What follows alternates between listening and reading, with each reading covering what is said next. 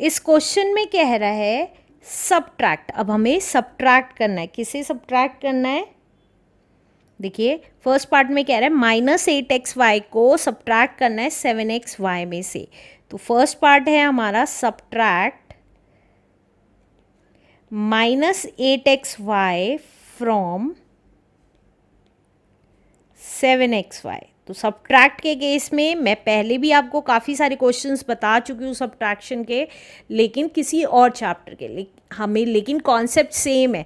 Subtraction के case में हम फ्रॉम के बाद वाली डिजिट पहले दिखते हैं, फिर क्योंकि सब्ट्रैक्शन का केस है तो माइनस साइन लगाते हैं, और फ्रॉम के पहले वाली डिजिट बाद में लिखते हैं।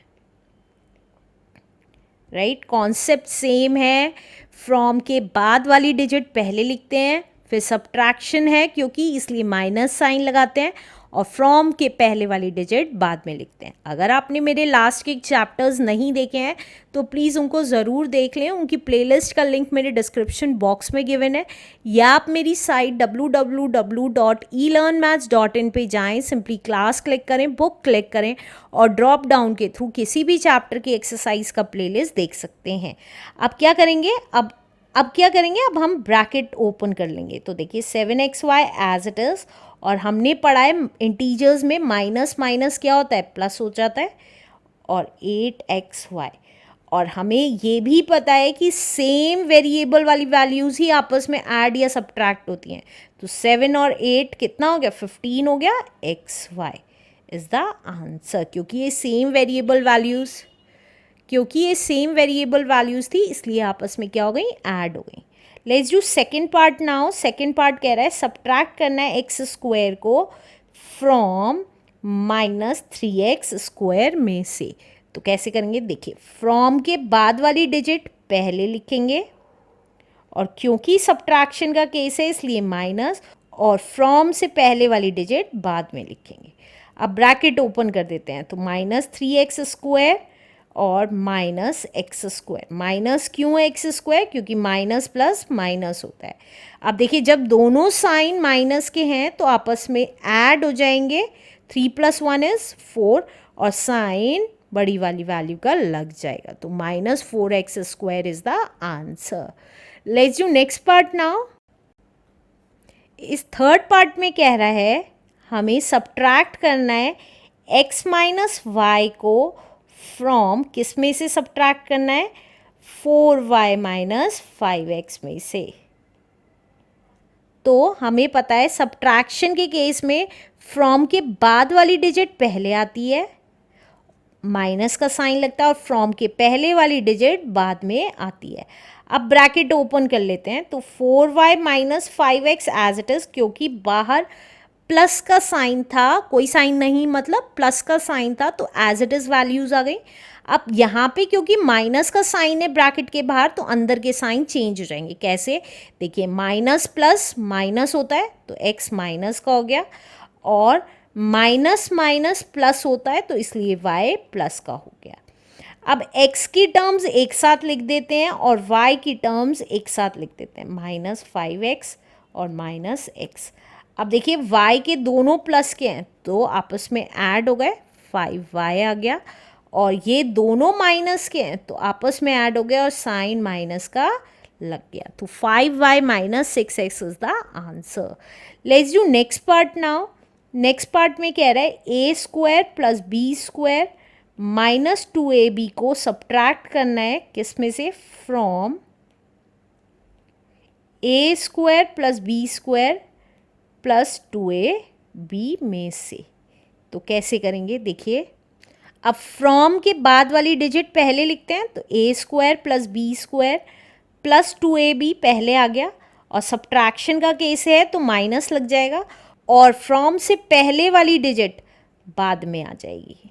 राइट, अब हम क्या करते थे? ब्रैकेट ओपन कर देते थे। तो a² + b² + 2ab as it is आ जाएगा, क्योंकि बाहर प्लस का साइन है तो कोई साइन चेंज नहीं होगा। अब यहाँ क्योंकि माइनस का साइन है, इन सबके साइन चेंज कर दीजिए। तो क्या करेंगे? यहाँ प्लस का साइन था तो a² माइनस का हो गया, बी स्क्वायर प्लस का था तो माइनस का हो जाएगा, और 2ab माइनस का था तो प्लस का हो जाएगा। अब जो कैंसिल होता है वो कैंसिल कर देंगे। देखिए ए स्क्वायर ये प्लस का है, ये माइनस का है, तो आपस में कैंसिल हो गया। इसी तरीके से बी स्क्वायर ये प्लस का है, ये माइनस का है, कैंसिल हो गया। अब ये दोनों बचे, ये दोनों प्लस के हैं तो आपस में ऐड हो जाएंगे क्योंकि सेम वेरिएबल्स है ए बी। तो ये कितना आ गया, 4ab is the answer. Let's do next part now. इस पार्ट में कह रहा है हमें X square minus Y square को सब्ट्रैक्ट करना है from 2x square minus 3y square plus 6xy में से। तो कैसे करेंगे, देखिए फ्रॉम के बाद वाली वैल्यू पहले लिखते हैं, तो 2x square minus 3y square plus 6xy पहले लिख लिया, माइनस साइन लगाया और फ्रॉम से पहले वाली वैल्यू बाद में लिख दी। अब क्या करेंगे, हम ब्रैकेट ओपन कर देंगे, तो 2x square minus 3y square plus 6xy, ये एज इट इज़ आ गया क्योंकि बाहर प्लस का साइन था। अब यहाँ माइनस का साइन था बाहर, तो इन दोनों के साइन चेंज हो जाएंगे। एक्स स्क्वायर प्लस का था तो माइनस का हो गया, और वाई स्क्वायर माइनस का था तो प्लस का हो गया। अब एक्स स्क्वायर वाली टर्म्स एक साथ, तो minus x square minus 3y square और plus y square plus 6xy। तो अब देखिए एक वैल्यू प्लस की थी, एक वैल्यू माइनस की थी, आपस में सब्ट्रैक्ट हो गई, साइन बड़ी वाली वैल्यू का लग गया।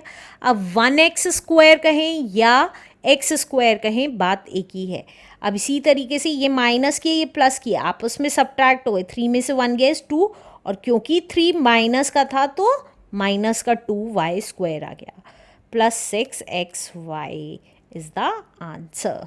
Let's do last part now. Last part में कह रहा है हमें x minus Y plus 3z को सब्ट्रैक्ट करना है फ्रॉम किस में से, 2z minus x minus 3y में से।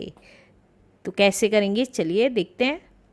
तो देखिए हम फ्रॉम के बाद वाली वैल्यू पहले लिख लेंगे, माइनस का साइन लगाएंगे, और फ्रॉम से पहले वाली वैल्यू बाद में लिख लेंगे,